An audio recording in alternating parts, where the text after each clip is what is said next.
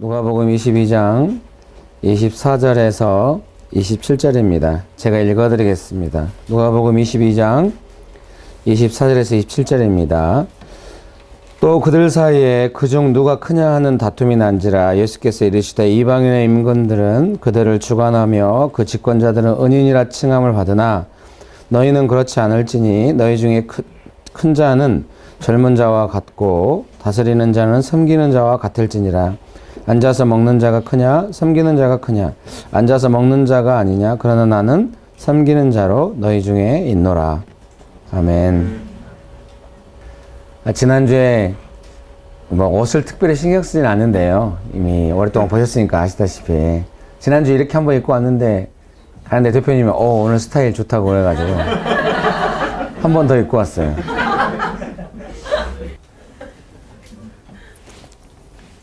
예, 감사합니다.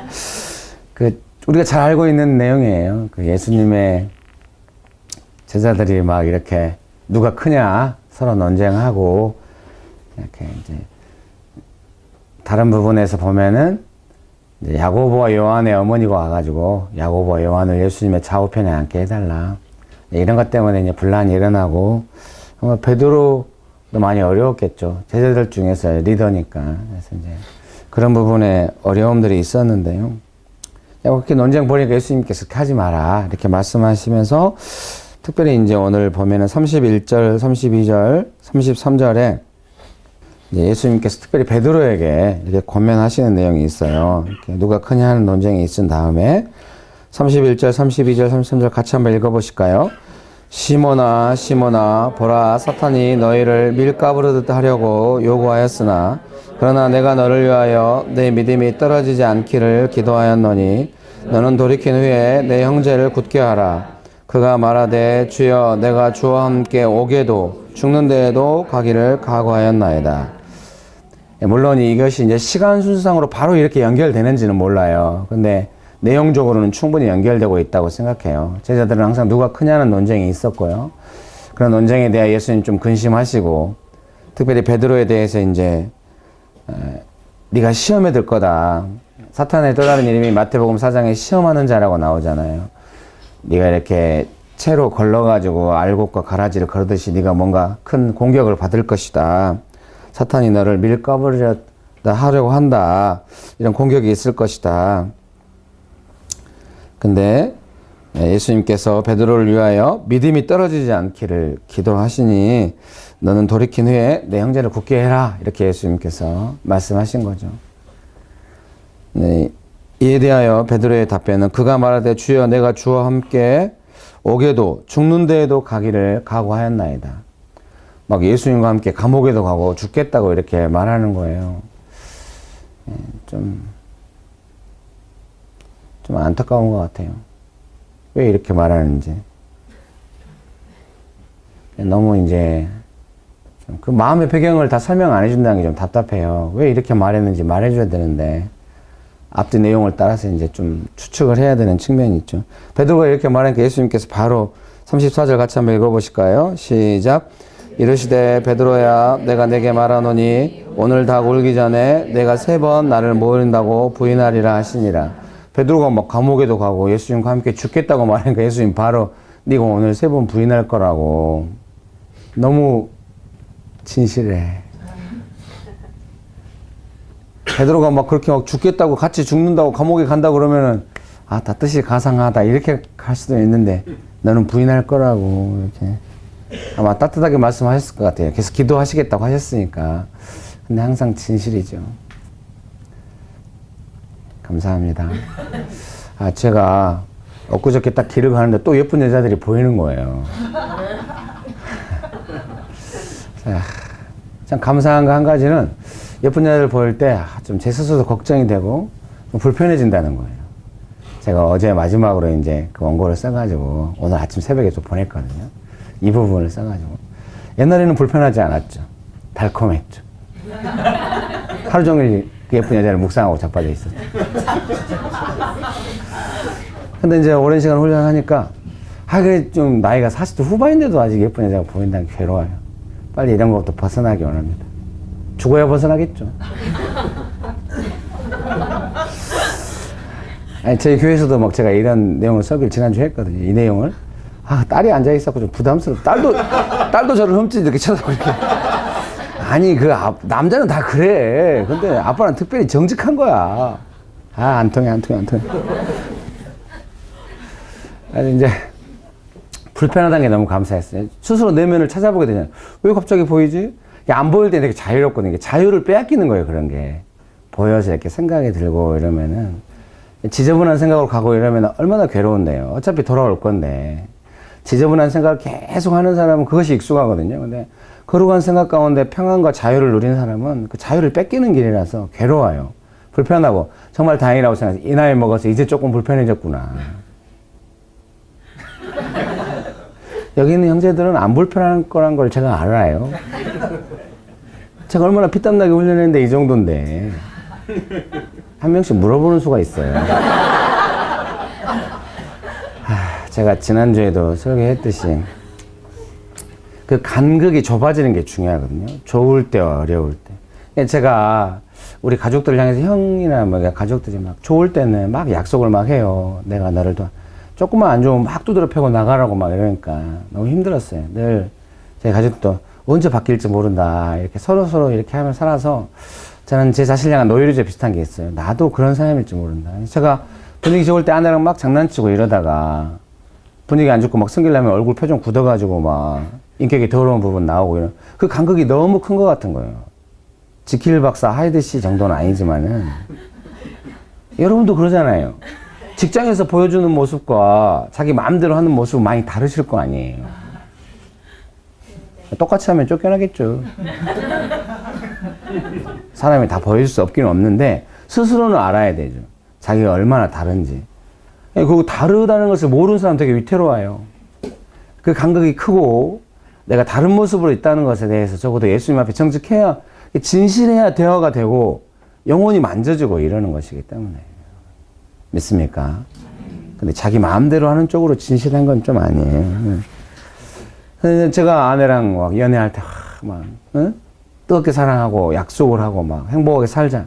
근데 싸우면은 막 완전 표정 바뀌어가지고 지금도 제가 나쁜 놈인 것 같아요. 연애할 때 제가 이제 아내가 서울로 먼저 이제 집에서 쫓겨나고 왔고 그래서 이제 저도 나중에 사역 이동했고 왔는데 서울로 처음 온 날 담요 하나 들고 가방 하나 들고 왔죠. 정말 20대. 그걸 다큐로 찍어놨어야 되는데. 그걸 들고 이제 올라왔는데 그날 아내랑 만난 거지, 이제. 자매가 이제 나왔더라고요. 그날 싸워가지고. 뭐라고 싸우다가 과천 어디선가 싸웠어요. 공동생활집 의왕시에 있었거든요. 뭐라고 싸우다가 제가 가버렸어요. 연애할 때 제가 제일 나쁜 짓 중에 하나가 그거예요. 싸우다 가버린다는. 아내는 안 가요. 자기가 뭘 잘못했는지 몰라요. 저는 제가 잘못한 거 확실히 알아요. 그리고 가요. 아내는 봉 찌죠. 잘 모르니까. 설명하다 성질 내서 가버려요. 나중에 이제 아내가 한마디 하더라고요. 좀처럼 그런 말 안 하는 사람이거든요. 싸우다가 가는 건 아니라고 생각한다. 그래서 나도 진짜 그건 나쁘다. 하나님께서 너무 책망하시더라고요. 싸울 수 있는데, 제가 싸우다 가진 않겠다고. 그날 이제 싸우다 갔어요. 자매도 서울 온 지 얼마 안 되니까 얼마나 인생이 힘들었어요. 지금 생각하면. 그때 20대 후반이라 이제 서로 인생이 힘드니까. 자매가 나중에 제가 이제 무서워서 걱정돼가지고 겉으로는 티 안 냈지만은 막 수소문에 전화를 했거든요. 그때 핸드폰 없고 막 이럴 때였던 것 같아요. 삐삐가 있었나. 응답하라 1994. 막 이렇게 연락했더니 DTS 그 제자훈련학교 동기가 안산에서 간호사로 있었는데 거기 가서 같이 있더라고요. 너무 다행이었고 지금도 상처로 남아있어요. 나는 정말 나쁜 놈이다. 그때 좀 잘할 걸. 요즘은 뭐 1년에 한 번도 그런 경우는 거의 없어요. 이번에 사실 조금 힘들 뻔했어요. 이렇게 뭐. 근데 이제 부산 여행 갔을 때 제가 막 강의가 있었어요. 우리 딸 아들 일정이 있으니까 같이 맞추다 보니까 제 부산의 강의 일정과 맞물려서 했거든요. 근데 이제 제가 강의 끝나고 왔어요. 근데 뷔페를 제가 알아놓은 데 있거든요. 좀 좋은 뷔페였어요. 더 파티라고. 부산에만 있는 산의 진미가 가득한 탐심이 많은 목사. 어떻게? 오늘 뭐 약 먹었나? 이러지. 이제 만나기로 했어요. 아유, 만날 때 이제 늦게 올 수 있죠. 뭐 시간 문제에 대해서는 제가 오랫동안 이제 초월했기 때문에 여보 몇 시에 만납시다 약속을 했거든요. 근데 이제 늦어지니까 이제 늦어질 걸 각오하고 또 이야기하고 했는데 중간에 전화를 안 받아요. 이제 전화 안 받는 것도 되게 괴롭거든요. 전화를 하면 거의 받는 적이 없어요. 그래서 그것 때문에 전화를 좀 받아 이렇게 한번 옛날에 한 번에 이건 또 아니다. 그래서 이제 좀 제 자신 훈련을 했는데요. 그래서 아내가 안 받으면 딸한테 하면 딸은 거의 받아요. 근데 이번엔 딸도 안 받아요. 아들도 안 받아요. 그래가지고 제가 약간 좀 집착이 있거든요. 그래서 아내가 다 숫자를 나중에 희락이가 말해주더라고요. 딸한테 제일 적게 해서 한 4번 했고, 아들한테 한 5번 했고, 아내한테 한 7번 했고, 이런 식으로. 계속 늦어지고 연락이 안 돼. 겁나가지고 제가 솔직히 납치됐나? 납치됐겠어요. 제가 집착이 심한 거죠.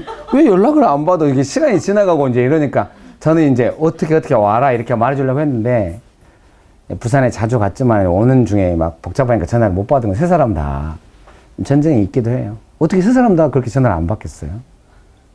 핸드폰이 다 하나씩 있는데. 그 통신비 내느라고 제가 허리가 휘는데 전화도 안 받아요. 그래서 이제 뷔페 가서 맛있게 먹었거든요. 여보 잘 왔어요. 옛날 같으면 또 이제 제 마음이 어려웠겠죠. 근데 이제 뷔페 가서 맛있게 먹었는데 못 참고 아내 앞에서 표정이 저는 제 표정 못 보여요. 아내한테. 아내는 이제 제가 분위기가 괜찮으니까 요즘은 좀 제가 인상 써도 별로 안 받아주거든요. 에이 막 이러고 지금 나이가 먹으니까 남자가 되는 것 같아요. 제가 여자가 되고 괴로워. 근데 이제 제가 딱 한 번 표정에 정말 난 힘들다고 이렇게 딱 한 5초. 요즘 그런 정도예요. 그것도 좀 마음이 많이 걸리더라고요. 저희 간극을 좁히는 것이 중요해요. 스스로 훈련을 통해서 자기 인격이 땅바닥에 떨어졌을 때와 거룩할 때 간격이 좁아지는 거. 그 간격이 너무 넓은 사람입니다. 혼자 있을 땐 죄 짓고 여러 사람 앞에서는 거룩하고. 옛날에는 거룩한 척 안 했겠죠. 혼자 있을 때 죄 짓고 같이 있으면 그저 그러고. 지금 이 정도 훈련을 했으면 여러 사람이 있을 때는 듣고 아는 것이 있으니까 거룩하게 말할 거 아니에요. 근데 혼자 있으면 여전히 죄 짓고. 그 간격이 훨씬 벌어지는 거예요. 되게 괴로운 상태라고 하시죠. 그런 거 그거 좁혀야 돼. 컨디션이 좋을 때나 나쁠 때나. 그래야 일정한 수준의 영적인 상태를 유지할 수 있다고 생각합니다. 축복합니다. 어떻게 하다 여기까지 왔는지 모르겠는데 좌우간 다시 예쁜 여자들이 보여가지고요. 다행히 불편했어요. 제가 그런 것이 안 불편하면 이제 인생이 끝난 거겠죠. 다행히 불편했어요. 왜 다시 이렇게 자유로웠는데 다시 보일까? 제 내면을 추적하다가 딱 깨달아지는 거예요. 최근에 내면에 이제 확실해요. 욕심이 잉태한 즉 죄를 낳거든요. 그러니까 죄가 나올 때는 욕심을 돌아봐야 돼요. 어떤 욕심의 내용일까 하고 쭉 점검하다 보니까 이제 가풀피울이 떠올랐죠. 설교가 올라갔더니 막 조회수가 폭발적이야. 사실은 한 1000회나 2000회나 나오면 좋겠다. 그런 생각했는데 막 10,000회 막 18,000회 이제 막 이렇게 가는데. 그리고 막 댓글. 요새는 댓글의 시대가 아니거든요. 좋아요, 싫어요. 댓글이 막 20개 가까이 막. 댓글의 내용. 화났다. 그동안 기다리느라고. 용서해 주겠다. 네 설교로 태교했다. 막. 왜 그걸로 태교를 해? 나 그게 제일 무서워. 나보고 어쩌라는 거야. 힘들었어요. 좀 무섭고 좀. 기대가 그렇게 하니까, 나는 그냥 평범하게 했는데, 이렇게 사람들이 그걸 그렇게 하니까 진짜 뭐나 된 것처럼 분위기가 잘해야 될 것 같고, 압박감이 심하던데. 연예인 됐어. 거기에 제 마음이 좀 가니까, 이제, 내면의 균형을 잃은 거죠. 반드시 죄가 나와요. 이게 근본적으로 약한 욕심이 있고 약한 죄가 있는 거예요. 제가 다시 한번 생각해요. 이제 지난주인가 한번 이제 대표님하고 이렇게 간단하게 교제하고 이럴 때도 이제 어떤 목사님 이야기하다가 소울 타이드 이런 이야기가 나왔어요. 영적으로 이제 목회자가 너무 성도를 성실하게 돌볼 때 부작용도 있을 수 있거든요. 그래서 이제 저한테도 목사님도 혹시 그런 것이 걱정되지 않냐. 근데 제가 좀 방어적으로 했던 것 같아요. 돌아가면서 생각해 보니까. 아니, 저는 뭐 조심하고 있습니다. 이렇게 했는데 사실 곰곰이 계속 생각하게 됐죠. 그때 좀 더 정확하게 이야기할 걸. 그래서 이제 제가 생각할 때도 그 소울 타이드라든가 이런 문제가 만약 발생할 수 있다면은 이제 위태롭다면은 그 저희 성도들이 저를 인정해 줄 때 그럴 것 같아요. 저희 성도들이 좀처럼 저를 인정하지 않거든요. 기본적으로 무서워해요. 제가 조져버리기 때문에. 제가 뭐, 성도들이 저를 기본적으로 무서워하죠. 니 뭐요? 막. 근데 이제 성도들이 제 진심을 좀 느낄 때, 어리니까 무섭다고만 생각했는데, 무엇을 말하는지를 깨닫고 자기 삶이 변화될 때 이제 좀 인정이 될 거 아니에요. 그때 저도 느끼죠, 이제. 아, 저 친구들이 이렇게 내 분위기, 내가 말하는 어떤 분위기가 아니라 그 진심이 전달되고 있구나. 이런 느낌이 될 때 좀 위태로울 수 있다. 이런 생각이 들더라고요. 기도를 부탁드립니다. 제 안에 그 사람들이 저를 인정해 줄 때 쉽게 죄로 갈 수 있다는 걸 깨달았어요. 그 이제 옛날 같으면 막 고민하고 이랬을 텐데 사람들에게 인정받는 거, 또 교회에 지치된 나를 인정해 주는 거에 내가 마음을 좀 빼앗겼구나. 딱 정신 차리니까 마음에 불이 확 들어온 것처럼 어두움의 활동이 순식간에 딱 멈추는 거예요. 다시 자유로워지고. 확실히 죄는 원칙적이에요. 욕심이 잉태한 즉 죄가 나와요. 그러니까 여러분께서 죄를 다스리고 자기의 영혼을 강건하게 하고 싶다면 자기가 특별히 약한 욕심을 잘 돌아보고 다루어야만 해요.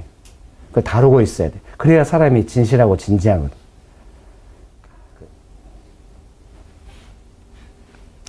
베드로가 오늘 예수님 부인할 거라잖아요. 이 누가 크냐 하는 다툼과 예수님께 감옥에도 같이 가고 같이 죽겠다고 하는 말과 예수님을 부인하는 것이 다 내면에 연결되어 있다고 저는 생각을 하는 거죠. 베드로 안에 크고 싶은 욕심 늘 있고 그 크고 싶은 욕심에서 예수님과 함께 죽겠다고 말하는 거예요. 그것은 그 욕심에서 나온 말이죠. 거짓말은 아니겠지만 욕심에서 나온 말이에요. 그러니까 그 욕심은 당연히 예수님 앞에서 이루어지지 않죠. 예수님을 욕심은 또 뭐예요? 각 사람이 시험을 받는 것은 무엇 때문이에요? 자기 욕심에 이끌려 미혹되기 때문에 시험을 받는 거라잖아요. 욕심은 그런 문제예요. 우리를 시험에 들게 하는 것이 야고보서 1장에 있는 거죠. 베드로는 시험에 든 거죠. 시험하는 자가 분명히 있어요. 유혹을 합니다. 그러나 그 유혹에 반응하는 사람의 내용은 뭡니까? 베드로가 욕심이 있기 때문에 반응을 해가지고 그런 것이죠. 믿습니까? 네. 그래서 사랑하는 형제님 자매님 여러분, 이렇게 내 안에 시험에 노출되게 하고 믿음이 떨어지게 하는 그 연약한 욕심에 대해서 스스로 분별하고 항상 조심하고 서로 나누고 저처럼 저는 막 방송에다 대고 나누잖아요. 저를 아는 사람 다 저를 걱정해. 너는 언젠가 넘어질지 모른다. 좀 불편하긴 해. 난 괜찮은데 괜찮으니까 나누는 건데 물론 문제가 있어도 나눌 거예요. 분위기 왜 이래? 뭐 감출 수 만약에 문제가 좀 생겼다 작게라도 그럼 저는 사역을 중단할 거예요. 정직하게 오픈하고. 다들 표정이 왜 그래요? 그러나 그런 일이 안 생기게 할 거예요. 안 생기게 하려고 다짐하니까 이렇게 하는 거예요. 근데 제가 이렇게 하는 이유는 자신을 돌아보라고. 남 보지 말고. 그리고 자기 자신을 이야기하라. 휘장 안에서도 이야기하면 좋아요. 저는 이런 부분에 연약함이 있다고. 그럼 서로서로 조심해 줄 거 아니에요. 기도도 해주고. 보호가 돼요. 적어도 공동체라면 그런 걸 이야기할 수 있는 것이 돼요. 믿습니까? 욕심은 더욱더 다뤄지지 않고 있고 뒤로 죄가 나오고 있는데도 겉으로 거룩한 척하면 그 거룩한 척하는 것에서 나오는 결과물들이 무슨 영향력이 있겠습니까? 진실에 항상 영향력이 있는. 네, 믿습니까? 그런 은혜가 있게 되시기를 주의 이름으로 축복합니다. 그래서 39절 40절 말씀 같이 한번 읽어보실까요? 39절 40절 말씀 같이 한번 읽어보겠습니다. 시작. 예수께서 나가사 습관을 따라 갈람산에 가심에 제자를 또 따라갔더니 그곳에 이르러 그들에게 이르시되 유혹에 빠지지 않게 기도하라 하시고 제자들과 함께 베드로와 함께 가셔서 유혹에 빠지지 않도록 기도해야 된다. 이렇게 예수님께서 권면하셨지만 베드로는 기도하지 않았죠. 그리고 넘어졌죠. 자기가 어떤 욕심 가운데 유혹에 노출되고 시험에 노출되는지 모르니까요. 그러니까 막 넘어지는 거예요. 여러분도 지금까지 혹시 어떤 욕심에 내가 연약하고 시험에 노출돼서 죄를 짓고 믿음이 떨어졌는지를 모르시고 있다면 상당히 위태로운 거예요. 항상 시험하는 자는 시험에 걸려고 하는데 본인이 모르고 있으면 백전백패죠. 그래서 본인이 알아야 돼. 지금부터 분석을 해야 돼. 과거의 삶을. 그때 내가 무슨 것 때문에 시험에 들었는데 본인이 시험에 든 상황을 알 거 아니에요. 믿음은 없어지고 하나님 원망하고 원수한테 마음 빼앗겨가지고 사람의 상태가 이상해진 그런 상태를 아실 거 아닙니까? 물이 없을 때 하나님께서 우리를 죽이시려고 한다. 너무 얼토당토하는 말이죠. 살리려고 데리고 나왔고 가나안 땅에 데리고 가려고 그러는데 사람이 왜 시험에 듭니까?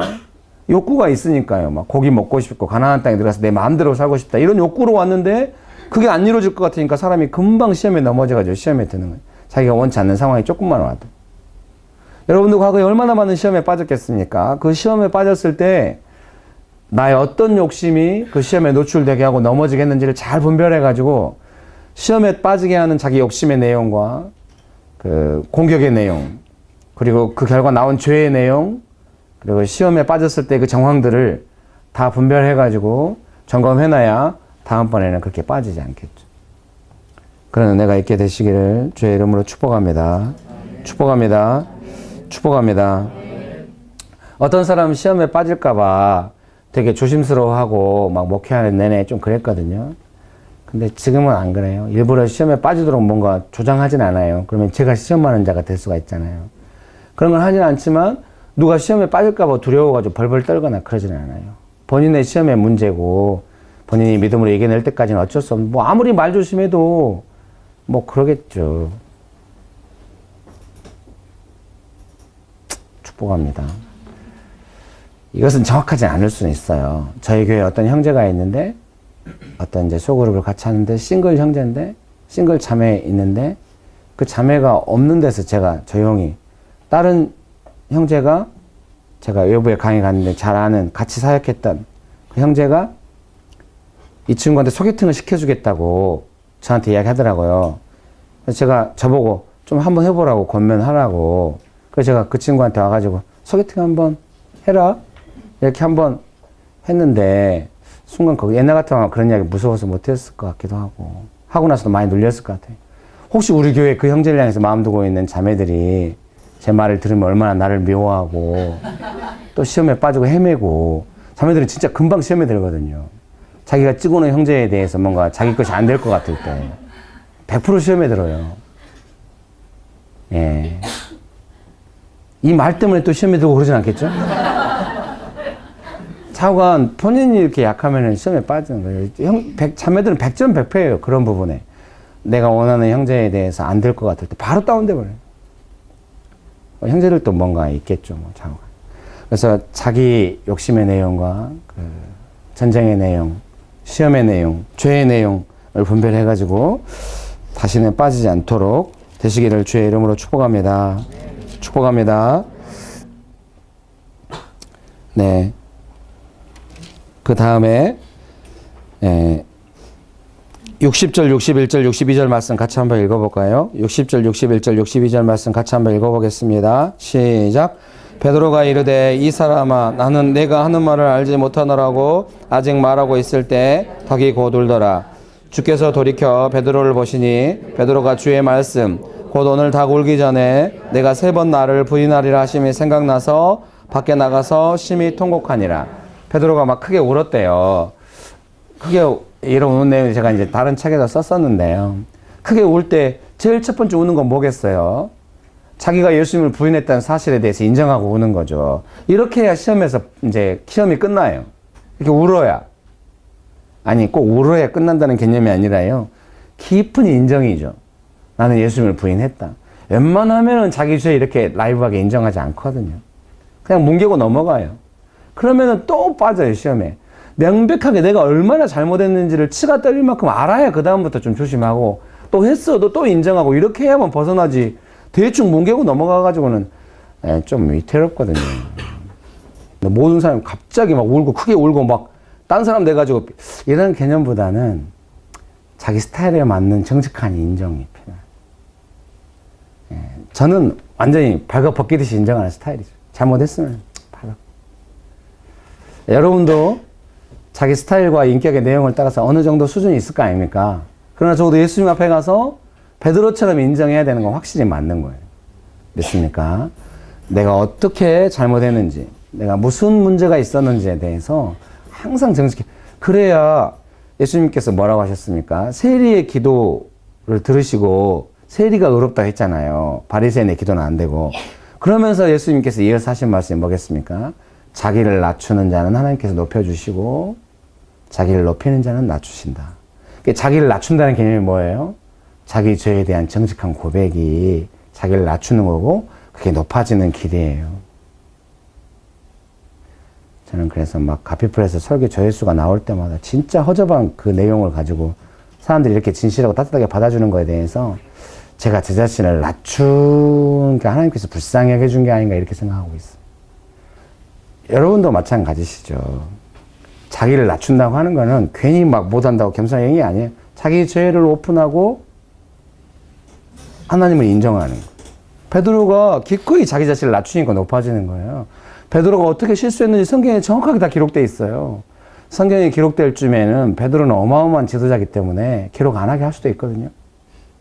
그렇지 않아요. 자기가 잘못한 거 다 정직하게. 네. 성경을 쓴 사람들이 다 베드로의 영향을 받은 사람들일 텐데, 특별히 이렇게 마가복음에 대해서 마가는 베드로의 영향을, 그럼 다 복음서에 베드로의 실수가 다 나와 있는 거예요. 왜요? 그게 하나님의 뜻이기 때문에. 우리도 다 그렇게 해야 되는 줄 믿습니다. 자기 스타일이 있겠지만은 자기가 잘못한 거, 죄 지었으면 정직하게 인정하고 울고 그래야죠. 사람들 앞에서는 못할 수 있어도 적어도 예수님 앞에서는 명백하게 해야 돼요. 분명히 나는 잘못했다고. 여러분 예수님 앞에서 잘못한 거 많이 있죠? 대답이 이렇게 작으면 곤란해요. 뭐 내용으로 말하는 것도 아닌데. 잘못한 거 많이 있죠? 예수님 앞에서 충분히 명백하게 인정한 것 같아요? 대충 뭉개고 넘어간 거 있죠? 그러면 안 돼요. 그러면 높아지지 못해. 그래서 규정과 가피풀이 막 은혜 받았을 때 막 책 나왔잖아요. 우리의 죄악을 고백합니다. 그런 태도가 필요하죠, 항상. 옛날에 대표님 처음에 만났을 때 막 어디 강의 부탁이 오면 가서 옛날에 죄 고백하느라고 이렇게 그렇게 강의하게 된다고. 괴로운 시간이라고. 이런 뉘앙스로 말해줬던 기억이 나요. 계속 사역하는 내내 적어도 예수님을 따르는 사람이라면 그런 태도를 계속 유지해야 돼. 내 안에 무슨 문제가 있는지. 문제가 왜 없겠어요? 문제가 많이 있겠죠. 그런 부분에 정직하게 오픈하고 예수님 앞에서 다루고 울고 받아들이고 그런 은혜가 있게 되시기를 주의 이름으로 축복합니다. 또 하나는 뭐겠습니까? 자기가 그 욕심껏 그렇게 해가지고 예수님께서 말씀하신 게 떠올랐는데 자기의 어떤 그런 욕심과 시험에 빠진 죄의 내용들이 다 예수님께 영향이 되잖아요. 그러나 또 슬프겠죠. 예수님의 마음을 생각하니까. 나를 위해서 기도하고 있다. 그 정도 되면 상당히 훌륭한 상태가 되는 거죠. 자기 죄에 대한 예수님의 심정을 느낀다. 그러면 사람이 달라지기 시작합니다. 본격적으로. 그걸 못 느끼니까 이제 계속 약간 은폐하고 자기 문제로만 받아들이고 자기보다 더 크게 고통을 느끼고 계신 예수님의 심정을 못 느끼니까 죄에 대해서 올바른 태도가 안 나오거든요. 베드로는 뭐 그런 식으로 한 거죠. 뭐 이에 대한 자세한 내용은 다 전적 의존에 많이 있습니다. 아직까지도 저게 붙어 있는지 몰랐어요. 오늘 아침에. 귀장의 훌륭한 점이 아닐까요? 뭐 하나 붙여놓으면 띄질 않아.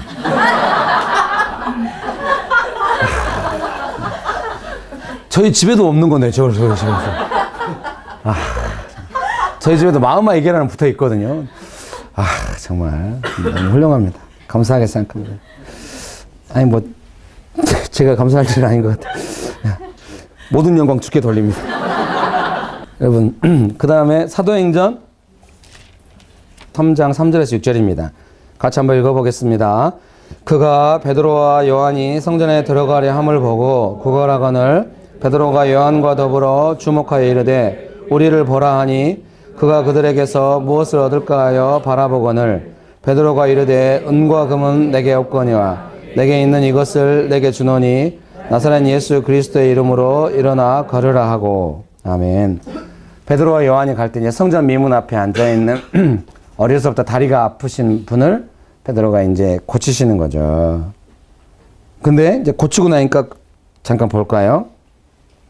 11절, 12절 같이 한번 읽어보실까요? 시작.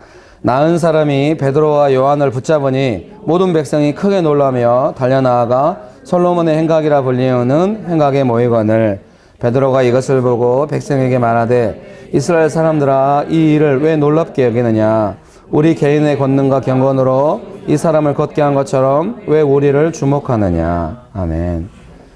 예, 베드로가 이제 예수님을 믿는 믿음으로 자기가 말하는 예수님을 믿는 믿음으로 이렇게 됐다고 믿습니까? 16절 말씀 같이 한번 읽어보실까요? 3장 16절 시작. 그 이름을 믿음으로 그 이름이 너희가 보고 아는 이 사람을 승하게 하였나니 예수로 말미암아 난 믿음이 너희 모든 사람 앞에서 이같이 완전히 낫게 하였느니라. 예수님을 향한 그 믿음이 그 아픈 사람 낫게 돼. 좀 궁금해요. 그래서 그 낫게 되기까지 그 믿음의 과정을 좀 자세히 서술해 주지. 그러면 쉽게 따라갈 텐데. 그걸 감추신 또 하나님의 뜻이 있겠죠. 하나님께서 일하시는 방식에 대해서 지극히 개별적으로 알려주시는 것 같기도 해요. 뭔가 내용이 있을 거예요. 이 아픈 사람을 고칠 때 어떻게 기도하고 어떤 메커니즘이 있었는지에 대해서. 저도 제가 배운 걸 성실하게 책에 쓰려고 해요. 다른 사람에게 도움이 되게 하려고. 기독교 histori의 역사 안에서 많은 믿음의 선배들을 해줬죠. 그래서 우리가 요한일서의 일기를 보면 많은 걸 배울 수가 있는 것처럼. 여러분 주의 이름으로 축복합니다. 여기서 첫 번째 느낄 수 있는 건 베드로가 본래 예수님 부인하던 사람인데 자기가 한 게 아니라고 자기를 부인한다는 거. 이게 너무 놀라운 것 같아요. 자기 욕심을 인정하고 훈련하는 사람만, 은혜를 많이 받은 사람만 자기를 부인할 수 있어요. 성령 충만한 예수님, 자기 욕심으로는 예수님 부인하거든요. 예수님 막 자기 욕심 이루어야 될 상황이 되면 막 예수님 없는 것처럼 행동해요. 근데 욕심을 깨트리고 죄를 다스리고 이러니까 뭔가 놀라운 일이 일어나도 자기를 부인해. 내가 한 거 아니라고. 사람이 욕심이 원래 자기는 높이고 싶고 자기는 지키고 싶고 막 내 방해되는 것이면 뭐든지 쌩까고 막 없애고 싶고 막 이런데 다룬받기 시작하니까 이제 뭔가 좋은 일이 났어도 이건 내가 한 게 아니라고 말하고 자기가 잘못한 것은 받아들이고 그래야 비로소 그 사람이 좋은 사람이죠. 누구든지 은혜 받기 전에는 좋은 사람 아니라고 생각해요. 좋은 사람은 나쁜 짓 안 하는 사람 정도가 아니에요. 자기가 잘한 것도 다 예수님께 돌려드리고 자기가 잘못한 것은 오롯이 받아서 예수님 앞에 회개하고 이래야 좋은 사람이에요. 믿음이 좋아야 좋은 사람이죠. 그리고 베드로가 그렇게 하니까 어때요? 아픈 사람이 마음에 들어오겠죠. 자기가 크려는 욕심이 가득하면 막 이상한 소리 하고 막 급하면 예수님 부인하고 막 이러니까 아픈 사람이 왜 눈에 들어오겠어요? 다리가 아픈 사람이 눈에 들어와가지고 저 사람을 어떻게 고칠까? 이거 예수님의 마음이겠죠, 아마. 그 마음을 받을 수 있는 마음이 뭐겠어요? 욕심을 다뤄야 그런 마음이 들어오는 거예요. 회사에서 일하실 때도 뭔가 영적인 결과물을 내놓을 때도 그냥 뭔가 일이나 이런 게 아니라 예수님의 마음을 진짜 깊이 느끼고 그 어떤 사람을 향해서 이 사람이 이렇다든가 가피풀에 아마 좋은 것 같아요. 가피풀에 댓글이 올라오고 이런 거 볼 때마다 진짜 이 사람들은 필요는 절실하구나 이런 의미가 있구나 모두가 아실 거예요. 근데 그럴수록 더 커뮤니티는 강화되겠죠. 자기 욕심을 다뤄야만 예수님의 마음과 아픈 사람의 마음이 내 마음에 들어오는 거예요. 그래서 예수님의 심정으로 할 때 그 사람 고칠 수 있는 거예요. 하나님께서 규장과 가피풀을 쓰고 싶으시겠죠. 예수님의 마음을 부어주셔가지고 그 예수님의 마음과 능력이 필요한 사람들이 온 세계에 많이 있으니까 온 세계에서 가피풀에 들어오니까 그런 은혜가 가득하게 되시기를 주의 이름으로 축복합니다. 여러 군데서 들었어요. 막 모로코에 있는 선교사님이 막 가피풀 보고 듣고 있다. 이번에도 막 쭈리에 와달라.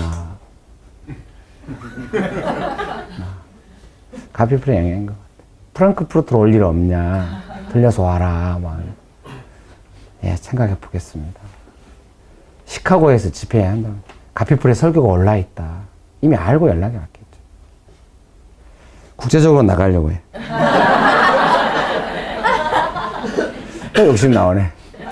죄송해요. 예. 같이 기도하실까요?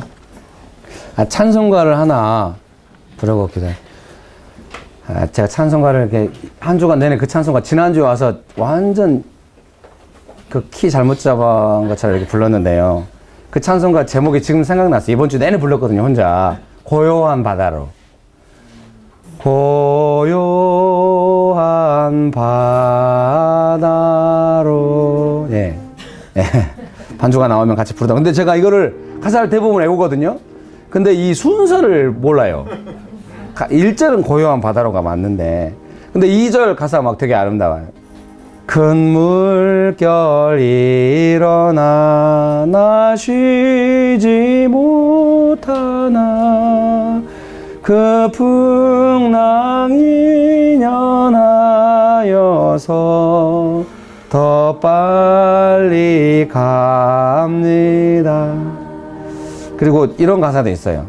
내 근심 걱정을 쉼 없게 하시고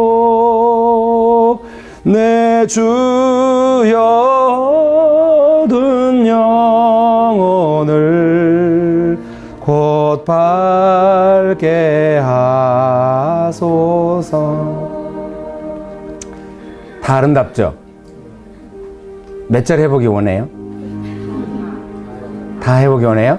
예, 그러면 1절부터 같이 한번 해보겠습니다. 고요한 바다로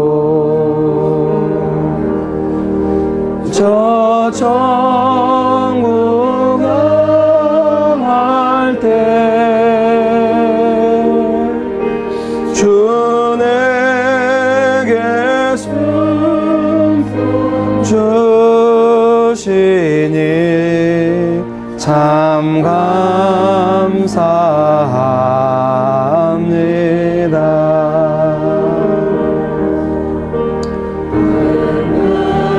물결 일어나 나 쉬지 못하나 그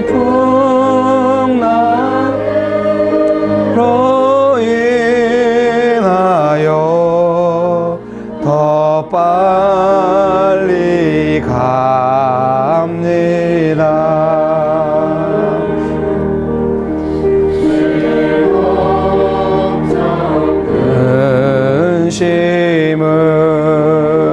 근심을 쉴 없게 하시고 내 주여 얻은 영혼을 늘 밝게 합소서. 이 세상 고락한 주 뜻을 본받고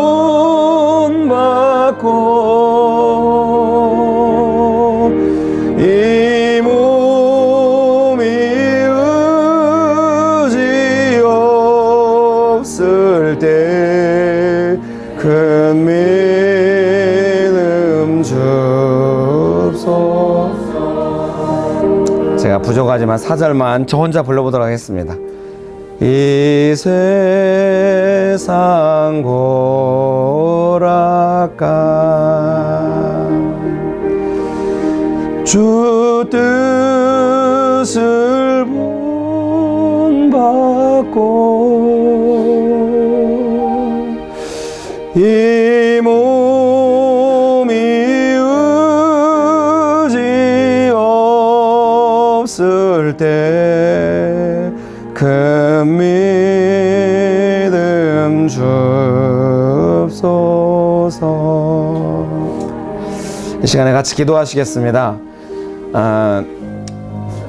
정말 욕심을 다루고 믿음이 아닌 것을 버리고 정말 믿음으로 나가기 원하면서 같이 기도하면 좋겠습니다.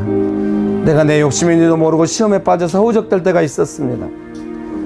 이제 우리가 그렇게 살면 안 됩니다. 주여, 저는 제 욕심을 다루기 원하고 인정하기 원하고 죄를 다스리고 시험에 빠지지 않고 믿음으로 예수님의 마음을 받고 어려움에 처한 사람들의 마음을 이해해서 예수님의 능력이 그들에게 임할 수 있도록 뭔가 제자로서 통로로 쓰임받기 원하는 마음으로 기도하면 좋겠습니다. 같이 기도하시겠습니다.